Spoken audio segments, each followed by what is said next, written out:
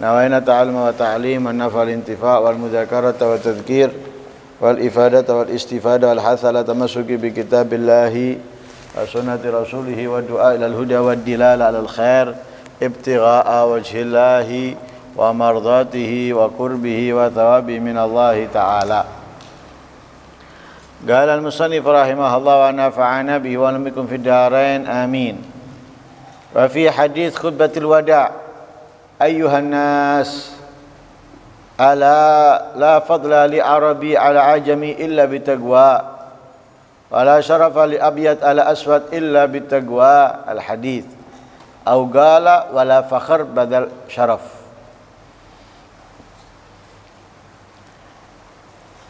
Masih membahas tentang banyaknya orang yang tertipu sebab nasab atau pekerjaan atau kemuliaan duniawi lainnya, di mana Rasul sallallahu alaihi wasallam pada khutbahnya di Haji Al-Wada, beliau berkata, ya ayyuhan nas, para manusia, ala la fadla li arabi ala ajami, ketahuilah tidak ada kelebihan, tidak ada kemuliaan untuk orang Arab atas orang ajam, illa bittaqwa, kecuali dengan ketakwaan.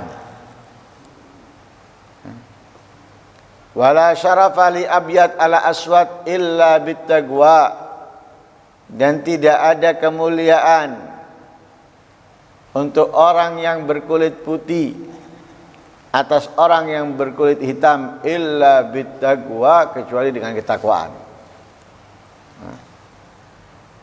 Di ukuran kemuliaan, keistimewaan, kelebihan seseorang itu bukan dari mana dia, berkulit apa dia, tapi ukuran patokan kemuliaan, keistimewaan seseorang itu dengan ketakwaannya kepada Allah.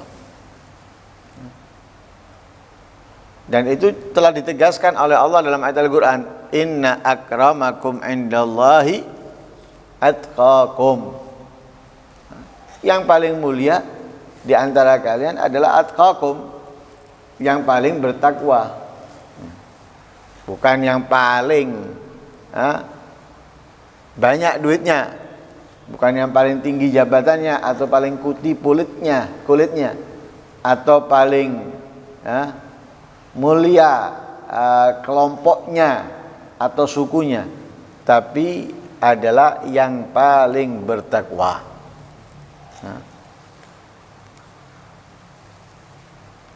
Sehingga syariat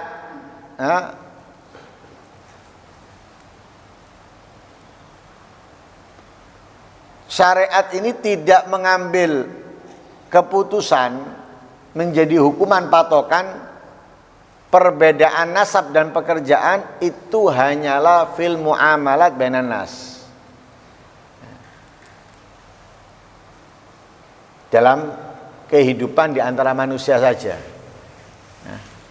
Jadi adanya perbedaan kasta itu hanya dalam kehidupan dunia.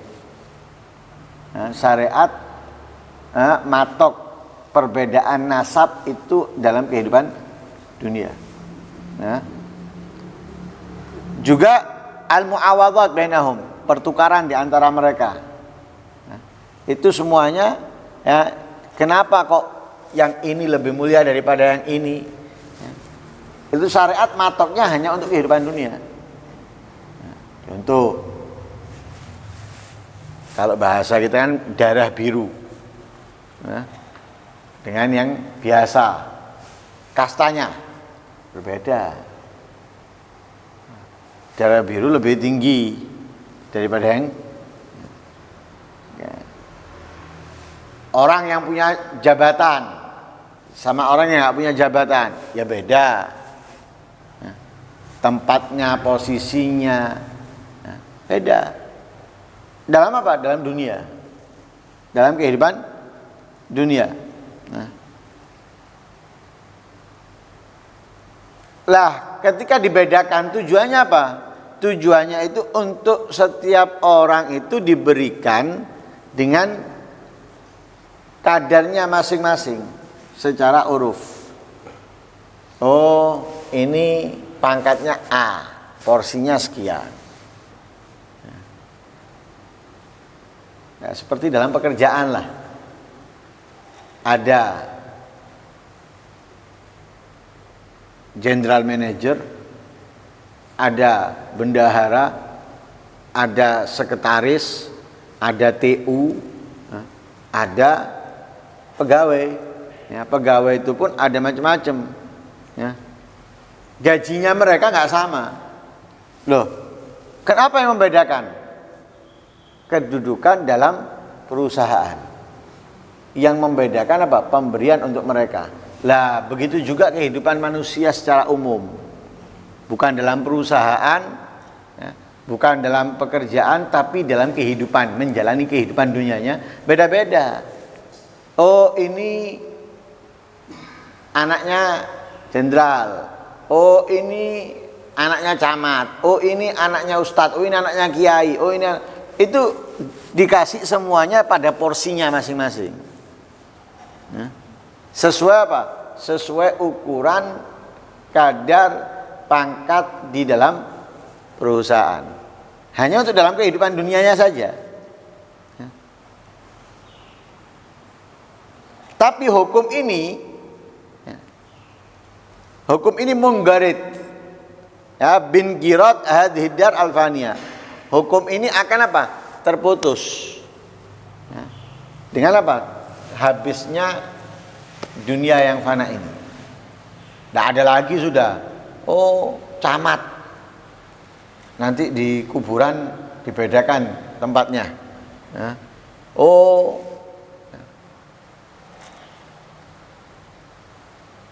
jenderal, tidak ada, sama. Tidak ada bedanya, sama. Oh, malaikat, oh, ini jenderal ini. Kemudian malaikatnya yang menghadapinya, enggak. Itu dalam kehidupan dunia. Makanya diatur. Lah, kenapa kok diatur di syariat ini dalam kehidupan dunia diatur seperti itu? Supaya tidak menindas satu dengan yang lain. Supaya saling menghormati satu di antara yang lain. Lah, kalau misalnya dalam kehidupan ini nggak ada yang dihormati, itu bagaimana coba? Harus ada yang dihormati, harus ada yang disegani. Untuk apa? Ketika ada konflik, ketika ada masalah, ini ada penasehatnya yang bisa menasehati, yang bisa membuat mereka itu berdamai dan lain sebagainya. Itu harus. Tapi setelah kehidupan dunia nggak ada sudah. Makanya diberikan segala sesuatu ukurannya yang sudah ditentukan. Ya, wa inzal kulli manzilatil mu'tada bainahum. Ya, diposisikan setiap kedudukannya itu yang biasa di antara mereka. Wa inna ma yabqa fil akhirah al hukum fi tafawut bainal khalq bit taqwa wahda aw didduhu faqat. Nah, nanti di akhirat yang tersisa, hukum yang tersisa di antara manusia ini perbedaannya bukan oh ini kelompok A, ini kelompok B, bukan lagi sudah. Hanya satu ukurannya, yaitu takwa. Nah, jadi tafawutnya, perbedaannya nanti ketika di akhirat adalah dengan ukuran ketakwaan. Oh, ini takwanya sempurna, ini kelompok sini. Oh, ini nggak bertakwa sama sekali, ini kelompok ini. Ini nggak ada darah biru atau anaknya pejabat A atau anaknya ini nggak ada sudah di akhirat. Yang adalah ketakwaan. Makanya katanya Rasulullah tadi apa? La fadla li arabi ala ajami ala aswad li abyad ala aswad. Ya. Enggak ada sudah. Kenapa? Karena di situ nanti ukurannya ketakwaan. Nilainya adalah ketakwaan. Perbedaannya itu dari ketakwaan. Ya. Fa fam fudida mana fa man kata yamait kullu sabab wa nasab. Nah, fahamilah bahwa nanti atau di hari kiamat akan terputus semua sabab wa nasab. nasab akan terputus, sabab juga akan terputus. Karena itu Nabi di dalam hadis pertemuan kita sebelumnya, Nabi mengingatkan ya, kerabatnya bahwa apa? Jangan mengandalkan aku. Nah, kalian tidak bisa mengandalkan aku sedikit pun. Nah, artinya apa? Nabi memerintahkan mereka untuk apa? Beramal. Nah, Nabi memerintahkan untuk mereka beramal. Dalam arti itu, ya, nanamlah. Nanti kamu akan memanennya. Jangan kamu mengandalkan aku, karena aku nggak bisa kamu andalkan sedikit pun. Nah, ya. Artinya apa? Orang tua walaupun duitnya banyak, tetap anaknya apa? Dimasukkan di dalam pendidikan. Agar apa? Agar mereka bisa bekerja, bisa berbisnis, berdagang dan semisalnya, tidak mengandalkan apa? Orang tua. Sehingga keinginannya orang tua sebelum orang tua meninggal mereka sudah bisa berjalan. Adapun apa yang mereka dapatkan dari orang tua itu hanya plus tambahan. Tapi kalau nggak dimasukkan ke pendidikan, nggak ngerti apa-apa, akhirnya yang dari orang tua sia-sia.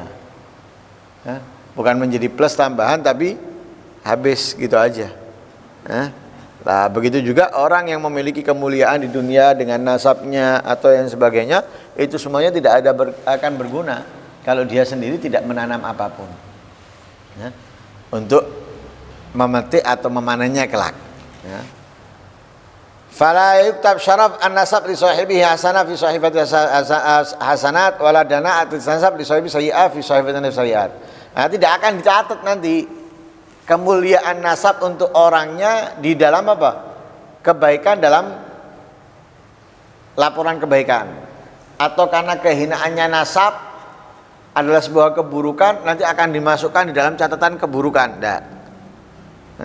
Nggak akan dilakukan seperti itu. Oh, ini nasabnya baik, masuknya di dalam catatan kebaikannya. Oh, ini nasabnya nggak benar, nggak baik, masukkan. Nggak. Tidak seperti itu.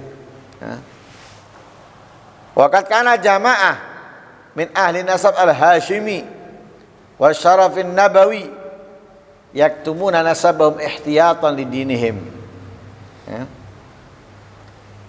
Bahkan ada di antara orang-orang yang memiliki nasab al-hashimi, yaitu Bani Hashim, ya, dan kemuliaan an-nabawi, ya, jadi memang dinisbatkan mereka daripada keturunan Nabi SAW. Ya. Ada di antara mereka yang memiliki nasab tersebut apa? Yaktumuna nasabahum, sengaja menutupi nasabnya. Untuk apa? Ihtiyatan lidinihim, agar menjaga keimanannya, ya, menjaga ibadahnya. Takut apa? Takut tertipu, ya, dengan dimuliakan orang, dengan disungkani orang. Nah, mereka takut tertipu, sengaja menutupi nasabnya. Wa firaran min madharati syuhrabi, dan khawatir, ya, dari bahayanya terkenal dengan itu, dengan nasab. Nah, itu semuanya apa? Talaban li ikhlas ibadatihim wa ilman minhum bi anna mujarradan nasab la yughni syai'an li batal fil ibadah. Mereka melakukan itu untuk mencari apa? Untuk mencari keikhlasan, kemurnian dalam ibadahnya mereka, dan mereka pun tahu, ya, bahwa sekedar nasab itu tidak cukup untuk mereka, ya, menjadi orang yang hebat dalam beribadah. Ya. Sengaja sama mereka ditutupi. Nah. Tapi katanya wagadin akasal yom hal ahli nasab, berbeda saat ini kedudukan orang-orang yang punya nasab. Orang-orang yang punya nasab sekarang ini berbeda. Kalau dulu terkadang ditutupi agar mereka ini menjalankan ibadah itu tenang, tanpa ada hambatan, tanpa ada gangguan, ya, dari dimuliakan, ditokohkan, dihormati, disungkani, atau dikenal, ya, tutup mereka. Lah sekarang enggak. Sekarang ini justru apa? Orang-orang yang punya nasab fasara muta'arrifina bihi fil bilad. Mengenalkan dirinya malah. Mengenalkan dirinya. Anaknya ulama fulan. Anaknya ulama ini. Ya. Saya ini garis keturunannya ini, garis keturunannya itu. Dikenalkan dirinya. Kalau sekarang mengenalkan dirinya. Lah biasanya umumnya yang mengenalkan dirinya ini adalah orang-orang yang memang keilmuannya, ibadahnya jomplang dari yang mereka kenalkan sebagai dirinya. Mereka adalah bernasabkan ke mereka. Coba perhatikan siapapun itu. Saya ini masih kakek saya ini. Saya